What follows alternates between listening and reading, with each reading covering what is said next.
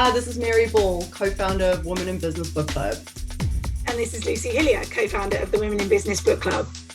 Oh, You're listening to the SaasHoles. Welcome to SaasHoles, a show dedicated to issues within the software as a service industry. We are revenue ops with a edge.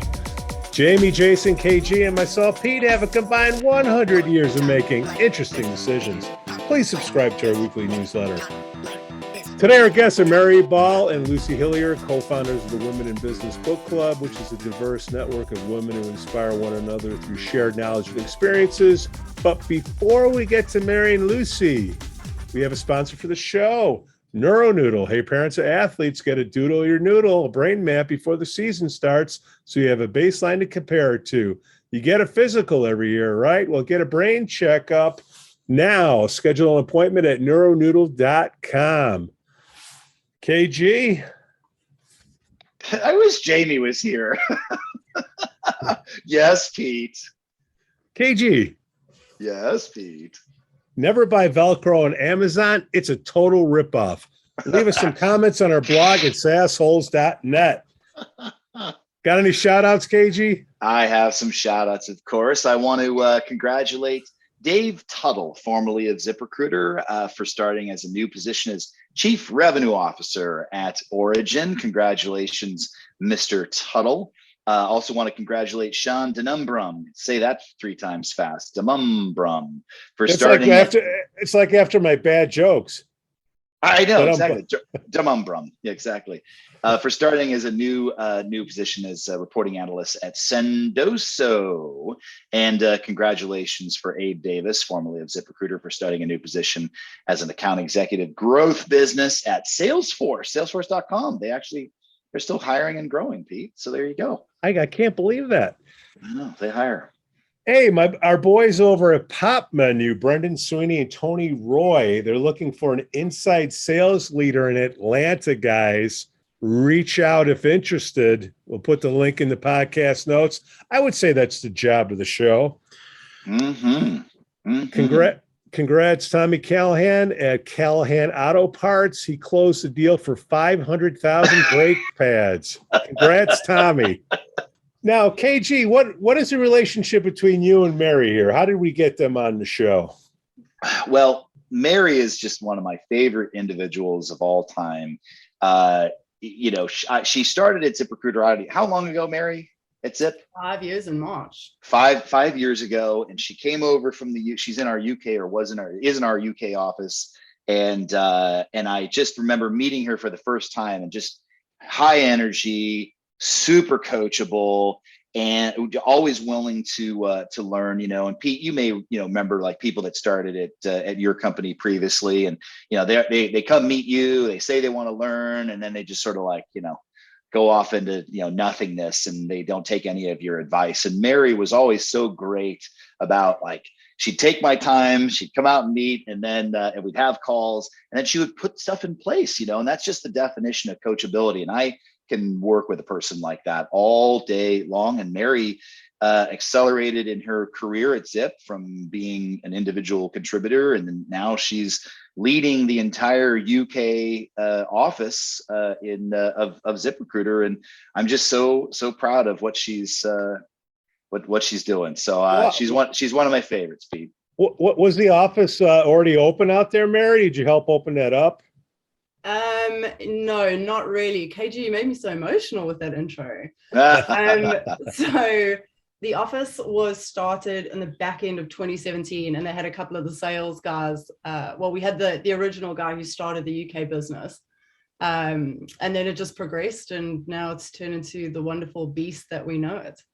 But there was like 2-3 people in the office. Yeah, so I was number 3. They had 2 guys doing BD, and then they originally brought me on to start building out the account management departments and process and all that good stuff. Do they still just use recruiters out there in England? Recruitment shops? No, I think they're a lot more diverse now, thankfully. Yeah. Okay. I got into this industry working with Indeed, so I've only ever known programmatic. So to me, I mean, I remember I was in Indeed, God. Oh, there we go, KG. I think we had a glitch in the show. I'm putting a ticket in now to Zoom. Yes, please. Don't mind me. But yeah, when I first got into the industry, like that's all people were doing, were buying slots. It was a very much a post and pray environment, whereas things have obviously developed massively since, thank goodness. Then how did Lucy come into play? Great question. I don't even know how we met. Through mutual friends, but Lucy, Yeah. so Lou and I have a shared circle of friends. And I think probably in maybe 2019, we started spending more time together. We realized that we completely geeked out on the same things. So if we read a book that we really enjoyed, we'd share it. If one of us was doing a course, we'd share all the course material with the other person. And we just started speaking. Yeah, we started speaking more regularly. And Lou Lou tells a great origin story for the two of us. But she was like, we used to just be at parties and the two of us would just be nerding out in the corner talking about like what had gone on, what we had learned, what sort of book we had, like, it really got complete losers. Pretty ridiculous. Complete losers. Yeah. Oh, that's hilarious. That's hilarious. With the wallflowers. That's why we both wear blonde, just in the hope that there would be something non-geeky about us. Well, how about we back up and like, each of you give us your 30-second background. I'd love to hear about each of you. Lucy, you want to go first? Yeah, sure. Thank you both so much for having us on the show. Love your podcasts. I do love listening to this. So where to start? I have kind of lived and worked in the US, South Africa, London, and I've recently moved back to my hometown, which is a little country bumpkin place in sort of the north of England. And so I began working when I was about 16. I decided I didn't want to do uni, didn't want to carry on academically. As much as I do geek out, I was so ready to just get out there. My family were very much like that, so I kind of grown in that way and just thought I'm ready. So I joined a tech startup as a sales advisor, and I was really lucky. It was being a startup environment, you have so much autonomy to make the role your own. And alongside the CEO, I spearheaded the opening of the US office. We were selling enterprise text messaging for Verizon. And this was kind of when that was all very new. No one kind of thought that was ever going to go anywhere. And so that was, the start of it really. And then my career took a bit of a turn, and I actually ended up as a production manager in television for 8 or 9 years, which I loved, but was dying to get back into the corporate tech life, and I just missed that kind of buzz and innovation. So like Mary, I now work in recruitment technology, and I head up client adoption for the UK business. And Mary? Yeah, so in case you were confused, there is an accent. I'm not British or American. I am South African born and bred. I was raised in a pretty pokey town back in South Africa and got pretty bored of that. Similar to Lucy, had no desire to go to university, was never very academically strong, hadn't really learned much about myself, so I had no idea what I wanted to do, what I wanted to study. So committing 3 years to something I'd probably never do again seemed completely useless. So I moved to the UK, worked in many jobs, from being an assistant manager at Blockbuster, which is a great town, to telesales, to eventually moving more seriously into account management, customer relations, sales. Yeah, just started to really find my footing with tech and especially startups, because again, as Lou mentioned, it's that sort of that autonomy that you're allowed to get into the weeds, you're allowed to pan out, it's scrappy, it's a very different environment to getting into a highly corporate environment where everything's a lot more rigid, it's more siloed. You can't really move around as much. So yeah, so as KG already gave me one of the best introductions, Pete, you need to give me a recording of that anyway. Oh, you'll get it. There's going to be her voicemail on her phone now. It really it's going to be on my out of office. It's going to be my voicemail. But yeah, so joined Zip in 2017 and now lead the UK operation. And yeah, I love it. Now you're both in sales leadership. Why don't you guys just stay in sales and make money? Why deal with all the headaches? You need to find a job that you can do both. Which yeah. Autonomy, Pete. It's about autonomy. One at a time. Tell us why you got into leadership. We have a lot of female salespeople and sales managers that listen to the show and they want to move up, tell us your story. Maybe we can inspire them to do the same. Yeah, Lou, do you want to kick off? Yeah, sure. So, I mean, I started as a sales advisor. So it was kind of, we all know the score. You're kind of very box ticking exercise to start with. You're trying to, learn the ropes. And I loved it. I thrive on, the buzz of sales. Quickly, worked my way through a book of accounts and really found I was harnessing like client relationships. I loved that when you're just kind of kicking back with someone, finding out what they need, what makes them tick, how can I help you, how can we make money together? That's kind of the excitement for me. And I think the more that I did, the hungrier I became. So you're quite right. You want to stay where the money is, and you want to stay in sales and just keep that ticking in. But the more you do it, I think your drive just gets bigger and bigger, and you end up just wanting more. And I had such great leaders. I mean, Mary has spoke so highly of you, KG, and I had a mentor very similar to yourself I've worked with for so long, and we're still great friends now. We go out for dinner and still, shoot the breeze and talk about what we're doing. And I kind of wanted to become that because I felt so strongly about everything that I'd learned from him that you got to pass it on. So I just wanted to keep growing and just see, take it to the next level and pass on everything I'd learned, really. So that's why I ended up moving more into leadership, I guess. Yeah, I had a bit of a weird relationship with sales because like I say, I've always been a very, very much a people person, and loved relationships, loved forging those relationships, loved working with clients who had like tenure with the business. And I was at a company, I don't know, a while ago, maybe 8 years ago, and I was heading up the account management team. And my then senior director said, "We want you to take on the sales team as well." Which scared the bejesus out of me because in my mind, they were two completely different things. And I know, KG, you and I have even had this conversation as recently as sort of 3-4 years ago when things were changing at Zip and there was a lot of restructure. And I think initially there was such a sort of trigger around the word sales that, in my mind, it's still a bit of a bloke sport. It's a man's game. It's all, rough and tumble. And then as I started getting more experience within the sales remit and I started working with more polished leaders, I started to realize that there was a lot of finesse required within managing clients. And in whether you're sales or account management, essentially you should be doing the same thing. It's just the difference is going to be the client's tenure. So that's kind of how I got into it. So interesting. So a couple of comments, actually. I'm noticing your own self-talk. You were sort of convincing yourself that sales, like new business sales, is like it's a bloke's game, it's a man's game. That was your own self-talk that was getting in your way, which was interesting. But I would also say that there, and Pete, I'd love to hear your thoughts on this too.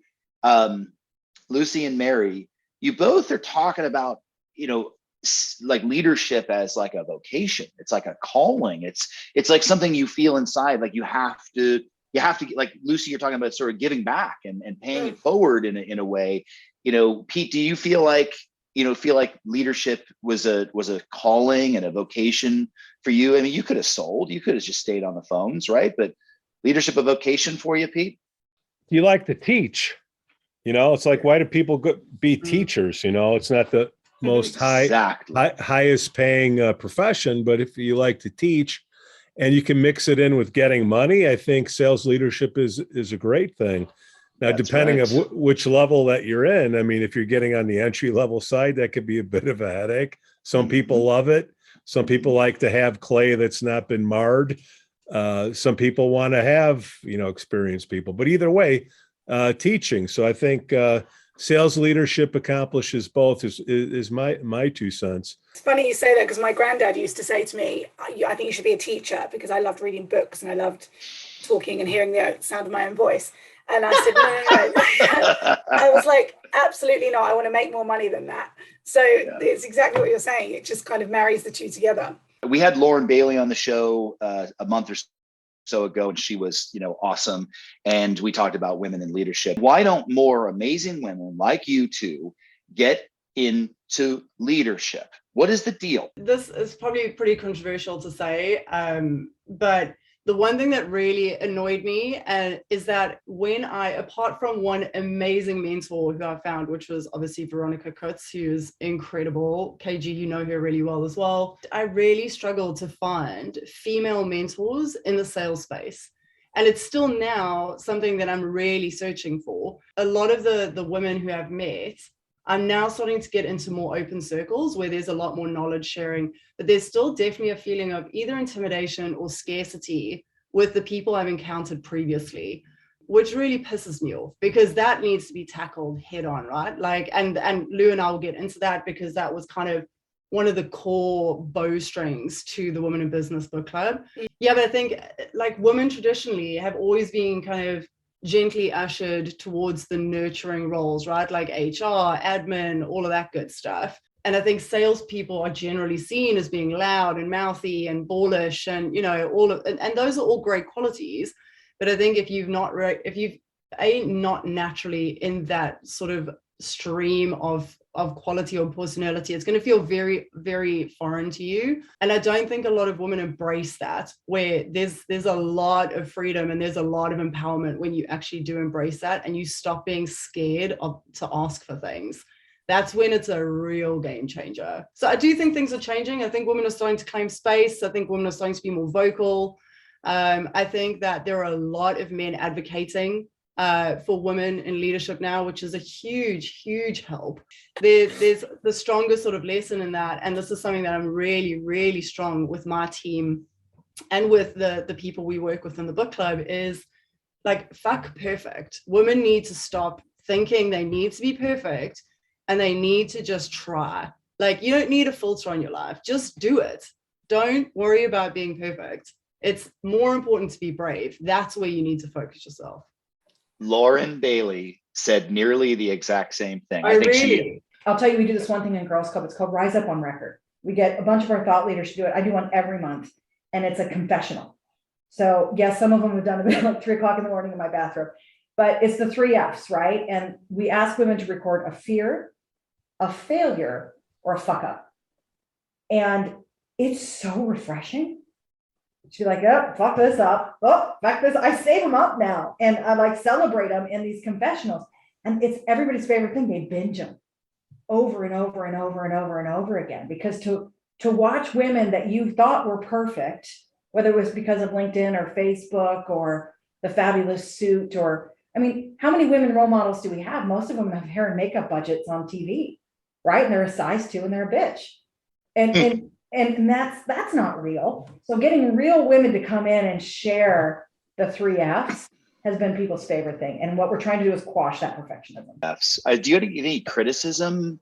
Like, do you get any like females that are trying to like, you know, break the glass ceiling and all this kind of stuff and go, no, now that takes them back because now they're showing this unprofessional side, you know, 3 a.m, you know, to like, do you, anybody give any criticism about that? No, but some are better at it than others, Kev, right? There's been plenty of women I've asked who are thought leaders for us, who act as role models, who I say, listen, the more vulnerable, the better. Makeup is optional, get real, blah, blah, blah, blah, blah. And the best they can say is like, take care of your health. It's important. And we're like, thanks so much, delete, right? The ones where I've had people do it with their curlers in, I've had people crying. No, it's because it's real. I think she said the F word more times than you did, by the way, but she said basically fuck perfect. And Pete, you remember this? She referenced a study that the female applicant to a leadership job will only apply if she has 90% of the boxes checked or something like that. So guys and gals, here's a couple things you can do to get more female applicants, okay? Number 1, take a look at your job description. I know I did this. We still write them like we're in charge here. It's an employee's market, right? So knowing a woman won't apply unless she has everything checked, reduce the number of things. So it's not a wish list. It's a bare minimum requirements list. And if you can't get the people there to really narrow it down, just add a line that says, the perfect candidate may not have all of these. We strongly encourage you to apply. There's job training available. Like, make it a softer landing, right? That's one of the very first things you can do. The second thing is, I found, again, I was guilty of this. right? Sales is a competitive sport. It's a confidence game. And so we write our job descriptions like that. If you're ready to come in and crush it and kill it and win it, and that freaks some women out. We're great at selling. I can cite 200 stats, don't make me, because I don't have them memorized, about how women rise to the top. But very often they're doing that through relationship building and great communication skills and, caring and organization and all those other things. And they are crushing quota, but they don't sign up to crush it. They sign up to care. They sign up to do well. Right? And it's just, it doesn't attract them. But the male counterpart will be like, I have 2 out of 10. And the male counterpart will apply to those. No, I couldn't agree more, because I had a bit of a fuck that moment when I was at school. When you're having your meetings, deciding what you should do next and what courses should you take. So in the UK, it's GCSEs at that point. What subjects do you want to do? And I wanted to take business studies. And the career counselor leader woman said, "Oh, I think you should do textiles." I'm like, yeah, I mean, I'm pretty stylish. I'll take that. But yeah, it was just unreal. And the entire time was spent trying to convince me not to go into business studies, which I did, got a distinction. It was the highest grade I'd got out of anything. And it was just, I had to take textiles anyway. She made me do it. And I also got the best one. I got an A star, so it was pretty good. I showed them that I could do both. But it was just, the way that it was just programmed to automatically say, no, you don't want to do that.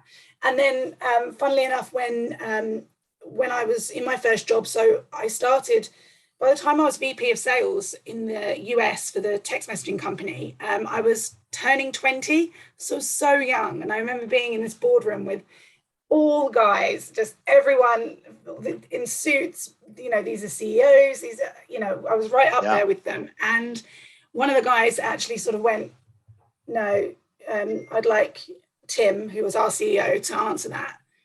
And literally hushed me. And It was brilliant, because my CEO said, sorry, guys, I have absolutely no idea how to answer your question. This lady does. Wow. Amazing. It was crazy. So I just think, I couldn't agree more with Mary. I think a lot of it is fear. I think there's a kind of a preconception that in sales, if you're a woman, I remember actually, but the sales manager when I joined was a woman, and she actually said, you need to be careful not to come across as bossy or shrill. And I thought, well, I will be those things if that's what we're going to need to get shit done. So, and it was just, again, she was thinking, we can't come across as that, because as a woman, you won't be looking ballsy and, go-getter. You'll be looking bossy and shrill. I just think it is because of some misconceptions and people just not kind of, coming out of their comfort zone and just going for it. But it's not people not wanting to hire women, right? It's or it could be. I don't know what it's like over there, but it's females unwilling to apply for the position, because if there's 10 criteria, unless they meet all 10, they're not going to apply. Is that the big issue? Yeah, I think we stand in our own way. I think we get in our own way sometimes and just don't realize. And it's like Mary says about, making mistakes. If I look back at all the mistakes I've made, they're definitely the points that have massively changed things, changed my career, actually been beneficial.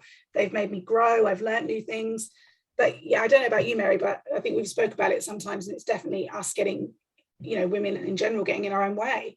Oh yeah. I mean, like, some of the biggest shit shows that I've caused have caused me the biggest growth. Exactly. I think you just gotta, I think it all just comes down, you just gotta be bold, just do it. Like, if something scares you, just start, just try.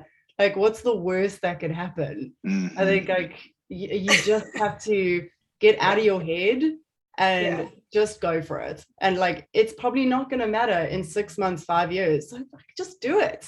Just go for it. Yeah, but surrounding yourself with other people that you've seen take that leap, I think, could be incredibly, helpful. I'm going to disagree slightly with the answers to, answer to the question. That there is some non-zero percentage of people out there that still will overtly in their mind actively say, I'm not hiring a woman for this job. There is some non-zero percentage there, and that's unfortunate. I'm hoping that continues to go to zero. We could probably spend a whole show talking about unconscious bias, though. There's they'll say that they would want to hire a woman. They're not opposed to hiring a woman for the job, just want the best person for the job. But there's something that happens, in the unconscious that creates those decisions. So I wouldn't put it entirely on the women that are applying to these jobs, and if they're not applying to these jobs, that's definitely a problem. But I think it takes, it definitely takes two to tango, and there's as some would say, the problem is multivariate. But I mean, look, I've had men interview me and outright ask me if I have plans to have babies in the next 5 years. Yeah, just awful. I'm like, wait, are we in the 21st century? What is happening? Yeah, so there's definitely still some bias, but that's not really within our control. Like, we can do things to educate people and all of that good stuff, but again, and we'll kind of touch on this more shortly, but that's why I get the book club is such a passion project for us, because we just want to pull people in, and we've got some pretty cool stories that we'll share with you as well, but just pull people into that shared mentality where it's okay to be brave, it's okay to make mistakes, it's okay, that like-minded mentality is really important. And it is so about who you surround yourself with. There's a saying that you are the sum of the 5 people you're closest to, and I think that's really true. And I always say I think everyone should have a Mary in their life, because she's funny as hell, but the mentorship she's shown me as well, and just being around people that want you to grow and want you to succeed and aren't jealous or aren't wondering, well, hang on, if you get ahead, where does that leave me? It's, I think there's all of that as well. So I think it's massively about who you surround yourself with. The book club, that's a great way, especially in today's new kids coming through, because they want to have a reason why they're doing everything. And if you can have a shared knowledge source, a book, to say, hey, look, here are the procedures, or here are the processes, here's the way we want to go about things, and here's the book, and you read it chapter by chapter, everybody gets buy-in. That was my reasons for sharing books back in the day. Why did you guys get the book club going together? What is the book club? Is it really only females? I mean, if I want to come in and read a book, you're going to kick me out? This is so funny, because we had so many discussions about this, didn't we? We were talking about the name, and I'm like, I don't want to exclude, because sometimes if you try to include someone, you'll exclude someone else. But we didn't mean to do that. We were just kind of, we kind of wanted a safe space that, because of women sometimes having fear to open up and say the things that they might not normally say, we wanted to kind of create that place where they didn't worry about feeling stupid or not saying the right thing. And then, we have plans for it to grow from there. Yeah. Well, and what is it? And what? What is it? How did it start? And give us everything. So, I think it was just before lockdown, Luce and I were chatting about, I don't know, some book or some nonsense. And we were saying on that call, we were like, we need to expand this. We need to expand some of the findings that we found valuable from this book or this course. I can't remember what it was, Lou. But it was a book you were reading, and it was literally on a Sunday morning. And I remember you sent me a message saying this is a book you need to get. And I was like, we really need to start telling people we should make a book club. And you're like, let's do a book club. And it was literally like that. But I can't remember the book now, actually. We should look back and see what it is. I can't remember our first book, but it was great. So we had we got on a call that night, and we had Post-its, and we were sticking stuff all over the place. We were brainstorming about what this means.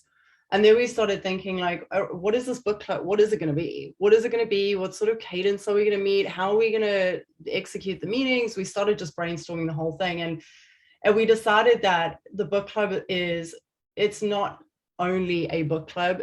We love the word book club because it's such an inclusive, generally female driven society. And we love that. And obviously we're obsessed with books, so that helps.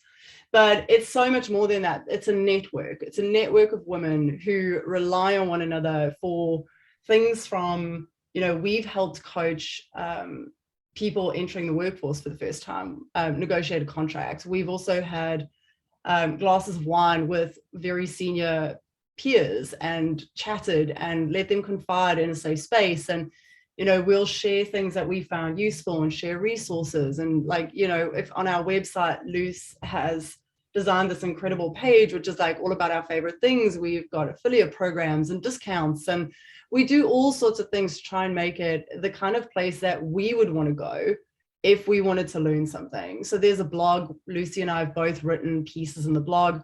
We actively encourage the community to write because everybody's story is so different and everybody's story is so valid and so important. Like, you read different things, and we've got people writing about being a mom and having to go back to work. We've got people writing about, one of my favorite pieces is Louboutins to lullabies, about a girl who, she went from being like a very high flyer to kind of taking a step back and being a mom, and then how she got back into work. And so all of these things are, we've got like a future of work piece that's been written up, and how to negotiate into a higher salary, which has actually worked with someone before. Lucy has written a great piece on imposter syndrome, which I got feedback from like the day after that email was batched out. Someone actually reached out to me and said, this literally couldn't have come through at a better time. I was working on a presentation and I was second guessing myself to hell and gone. And I read this, I looked over the presentation, and then I sent it, and I got great feedback. So, and that's why we do it. That's why we do it, because in those moments where you just need a bit of a nudge or maybe a high five, we want to be that driving force, or we want to provide the community that gives you that driving force. Mm-hmm. And I think one of our favorite moments was when we had, I think it was only the second, obviously they were all virtual at this point because it was still lockdown, but we had the meetup, and we'd obviously invited people from both of our networks, and everyone had like a bit at the end where they could just chat. And it turned out that someone Mary had worked with in the past, and one of my closest friends that I'd lived with in London, had actually done some work together. One had created the musical piece for an advert that the other one was promoting.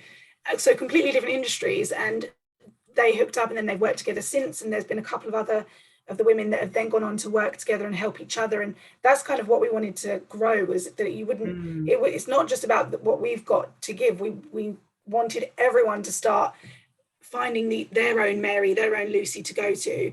And yeah, like Mary says, we added the fun pages on there where our favorite cocktails, our favorite places to go and relax. These are our favorite shows to watch when you want to unwind. So it's not all, about, we really believe in that balance as well. But Mary wrote a fantastic piece about salary negotiation, and the woman actually went back into the next meeting with them and doubled the offer that they had originally given her. And fantastic. Isn't that unreal? And so, Mary called me. I'm like, this is amazing. This is exactly why we're doing this. Like, what a boost for that woman as well, to know that, yes, Mary gave her those tools, but she then went in there and executed that on her own. She went in and said, no. Yeah, it was amazing. Would you say that is your proudest accomplishment with the Women in Business Book Club? Or is there another specific story that you're like really proud of, a success that's coming out of the Women in Business Book Club? I think, look, to be completely candid, like the first year, so 2020, it was guns blazing for the first sort of 6 to 8 months. And then Lucy and I took a step back because I was studying a pretty intense course that needed my full attention. Excuse me. And Lucy had just started a new job. So we released our foot on the gas a little bit and just focused on ourselves and getting things tightened up for the end of the year. So now we're kind of coming back together, or 21, sorry, not 20. So now we're kind of coming back together, but I'd say there are a lot of really lovely stories that have come out of different pieces of this network. I think they're all incredibly important, like hearing that someone got a better offer on their new job, or hearing that someone had the courage to send a presentation for the first time to their new boss, or, I don't think we're looking for anything massive, but it's just like, if we can just help like 5 or 10 people in that small way, and then they can help another 5 or 10 people, that's the whole point of this. It's just incremental growth that will eventually aid, whoever wants to go in as deep or as light as they want to within the network. If somebody wants to get into leadership, is there a book that you would recommend, like top of the list? So I'm a podcast girl when it comes to this. So I've got like some really good podcasts that I am obsessed with. And this is not just blowing smoke, but you guys have actually been really helpful. So I do like the SaasHoles.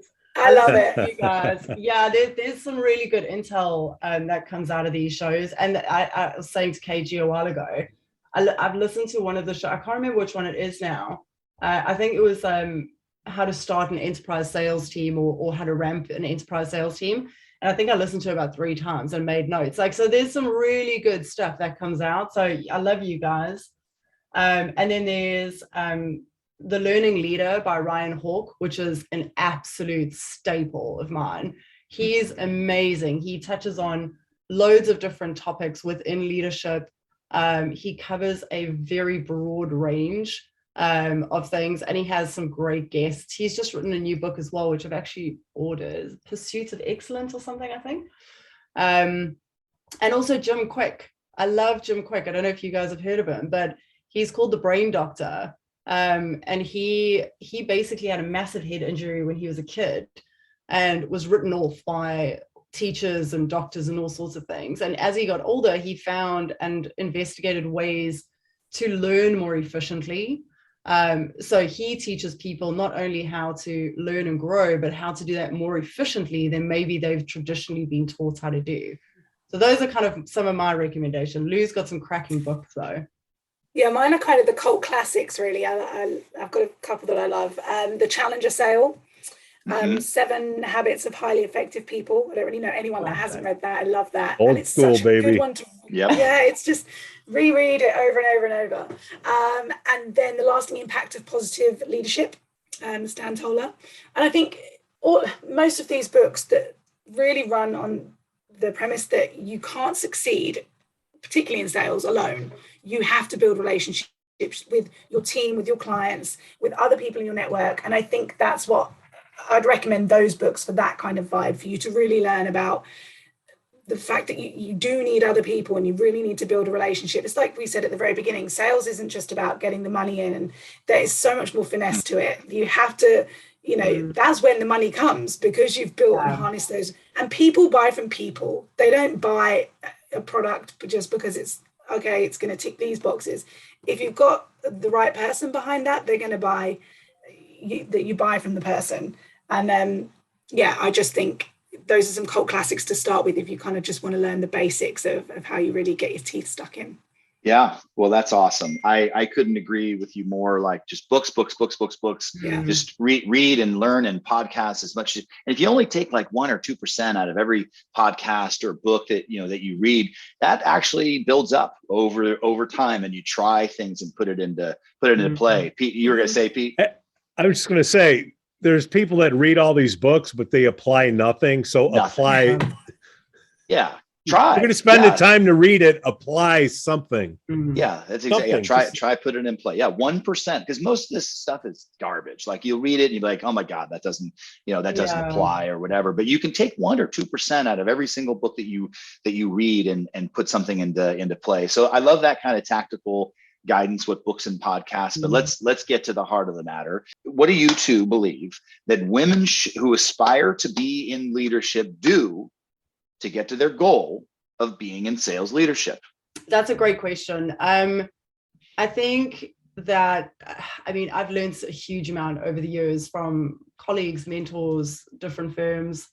But I would say personally for me, the last 2 years have been hypergrowth, like absolute hypergrowth. I was put into a huge role. I had to upskill very quickly. I had to learn very quickly.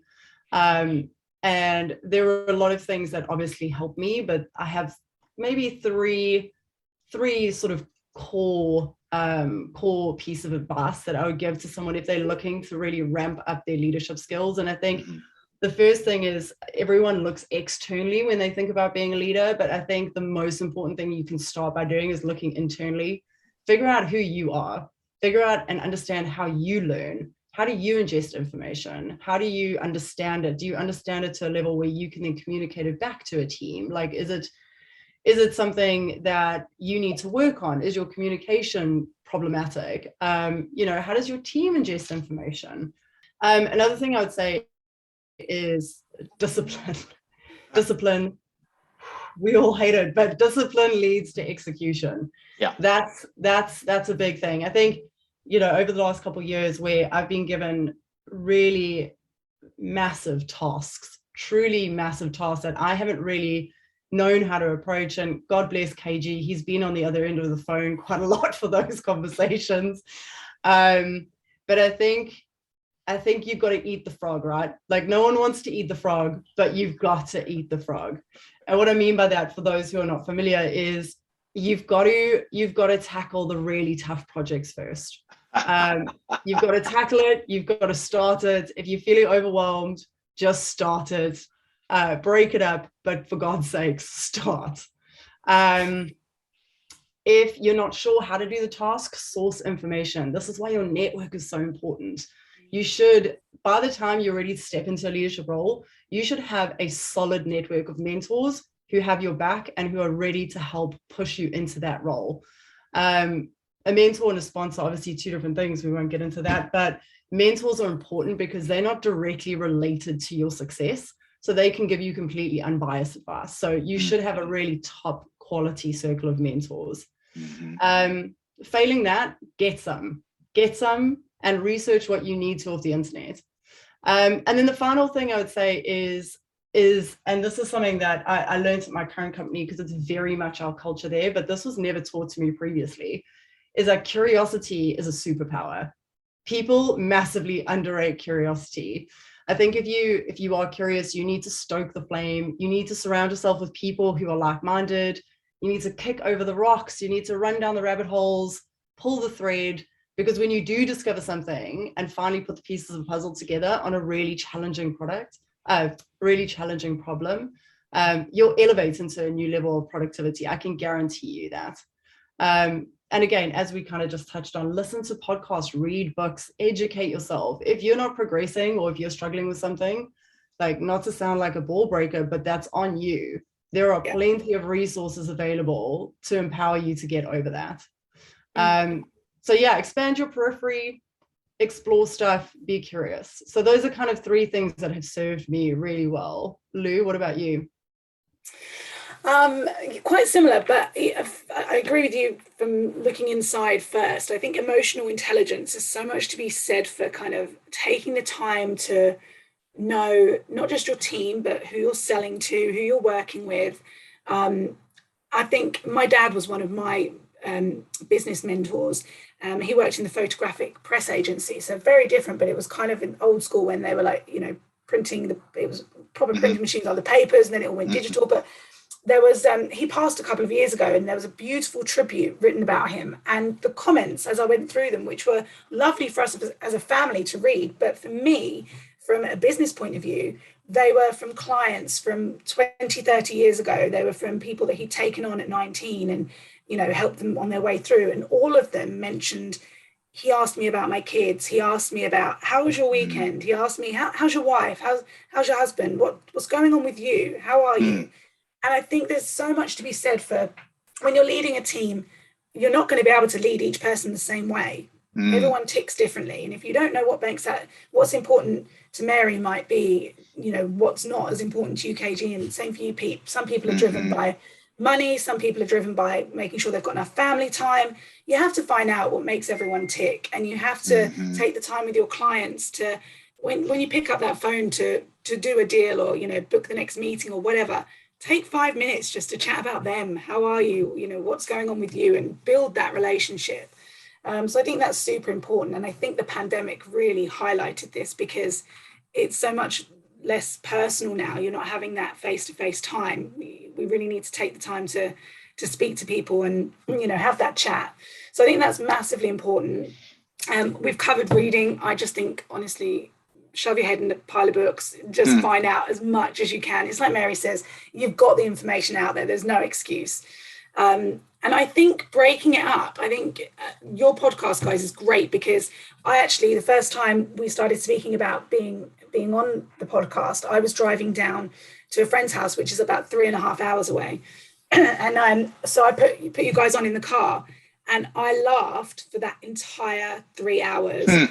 But it's like you're saying, I was taking a couple of bits here and there because I'm driving and you're not fully, listening, but I was laughing, I was learning, and it broke up. You don't feel like you're sitting there during a course where you've got to take notes and you've got to retain everything. It was just a great way of, bringing in new knowledge, finding out about people, and laughing and relaxing at the same time. I think you've got to make sure that you're breaking it up. Don't encourage the dad jokes, Lucy. There are so many. I did not set her up for that, Pete.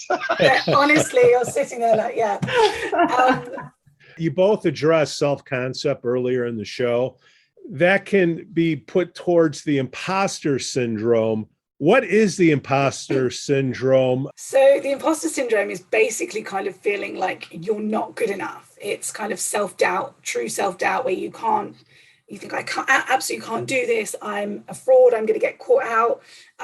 Usually when you start a new role or you join a new industry, you're kind of looking at everyone else and not taking in that they might have however many years ahead of you, or they might, they also might be winging it.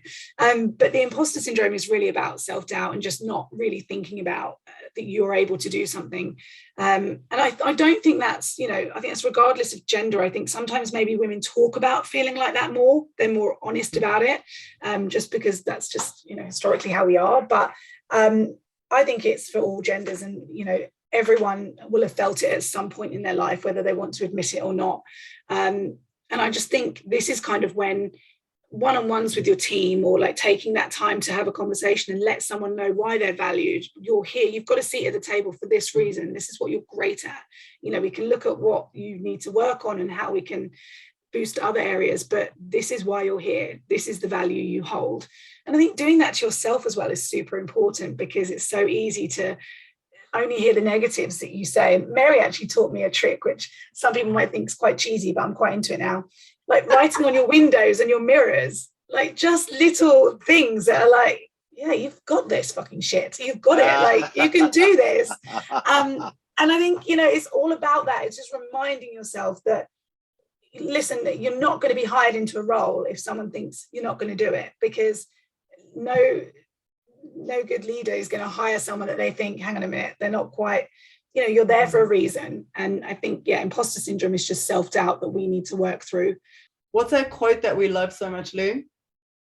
So from the former president of Rolls-Royce. Yeah. You can't leave a lasting footprint if you're always walking on your tiptoes.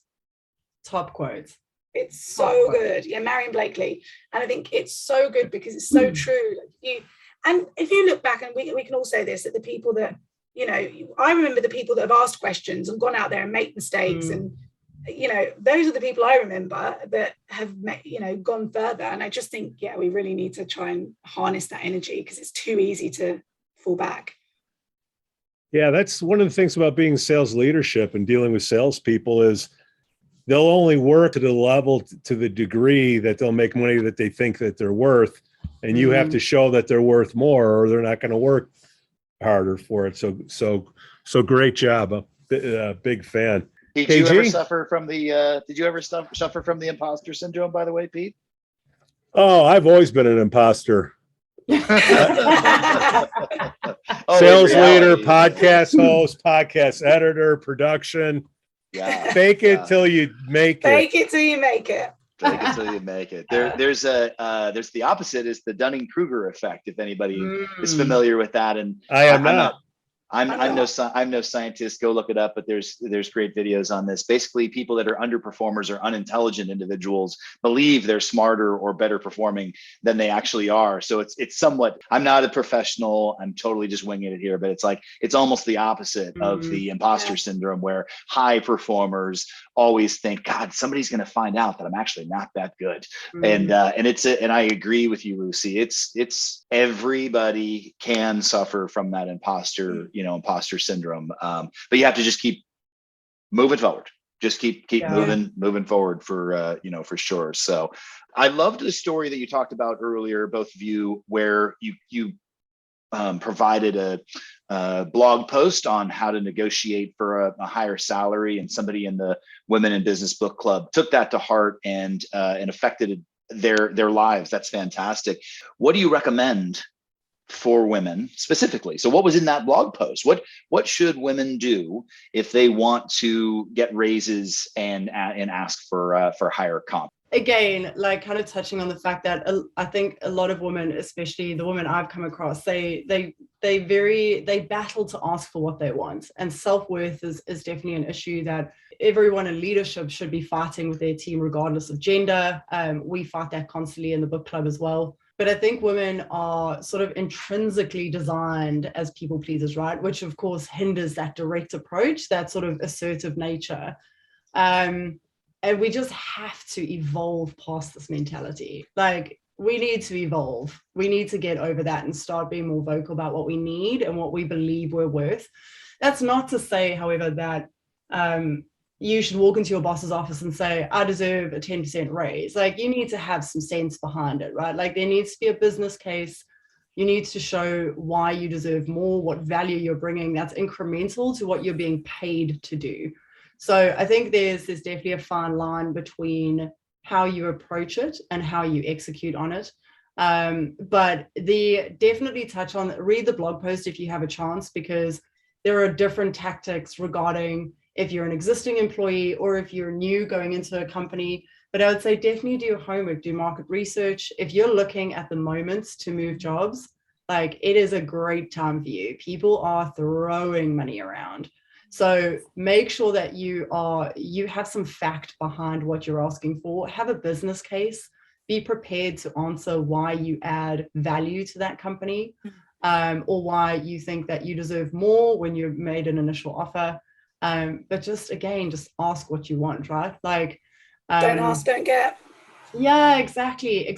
I've been on both sides as an employee and a manager, having those conversations. But read the blog. I think it's pretty informative, but I wrote it, so I'll be biased. But the title of the blog post again specifically? Yeah, how to ask for how to negotiate your way into a higher salary. That's what it's called. How to negotiate your way into higher salary. Awesome. Yeah. Awesome. I honestly, I just want to say your male counterparts don't even think that way though. And that it freaking sucks. I've had many of the male counterparts though come into a meeting with their hand out and say, can I be a manager? Just with their hand out. And they're not going to put a business case together. They're not going to do all those things. And I feel so torn about this. Your blog post is fantastic. Yet the male counterparts don't have to put forth as many efforts yet, for this, and that it sucks, but you're absolutely right. You be prepared. And Lucy, amen. Pete was jumping out of his chair. You don't ask. If you don't ask, you don't get. Yep. Number one rule in sales. Yep. Mary and Lucy, thank you so much for coming on the show today. Oh, thank you for having us. It's been awesome. What's the best way for listeners to learn more about you guys or connect? So head off to the website, www.womeninbusinessbookclub.com, and everything is on there. Mary's blog, the other blogs, links to everything else, to join the network. You'll just find everything on there. We've got a Facebook page, Instagram as well. LinkedIn. Mary loves LinkedIn. Yeah, she loves it. But yeah, so to head to the website, links to all the social channels and everything's on there, and all the other fun stuff that we love as well is there. So we'd love to welcome anyone, and it isn't just women. Anyone that wants to get involved. Oh, thank you. Yeah, message us, Pete. We'll show you how to get a higher salary. And then, but also, we were saying we'd love some blogs from guys that have helped women and are advocates for women. So just to have it from the other point of view. So yeah, it's for everyone. Right. Anyway. Well, we'll have all the links in the podcast notes. Ladies, fantastic show. Thanks for listening to SaasHoles. On behalf of Jamie, KG, and myself, Pete, we thank you for listening. And we ask that you give us 5 stars on Apple Podcasts, subscribe to our weekly newsletter in the podcast notes. And you can always buy us a beer on Patreon/SaasHoles. We thank you for listening. Cue the music.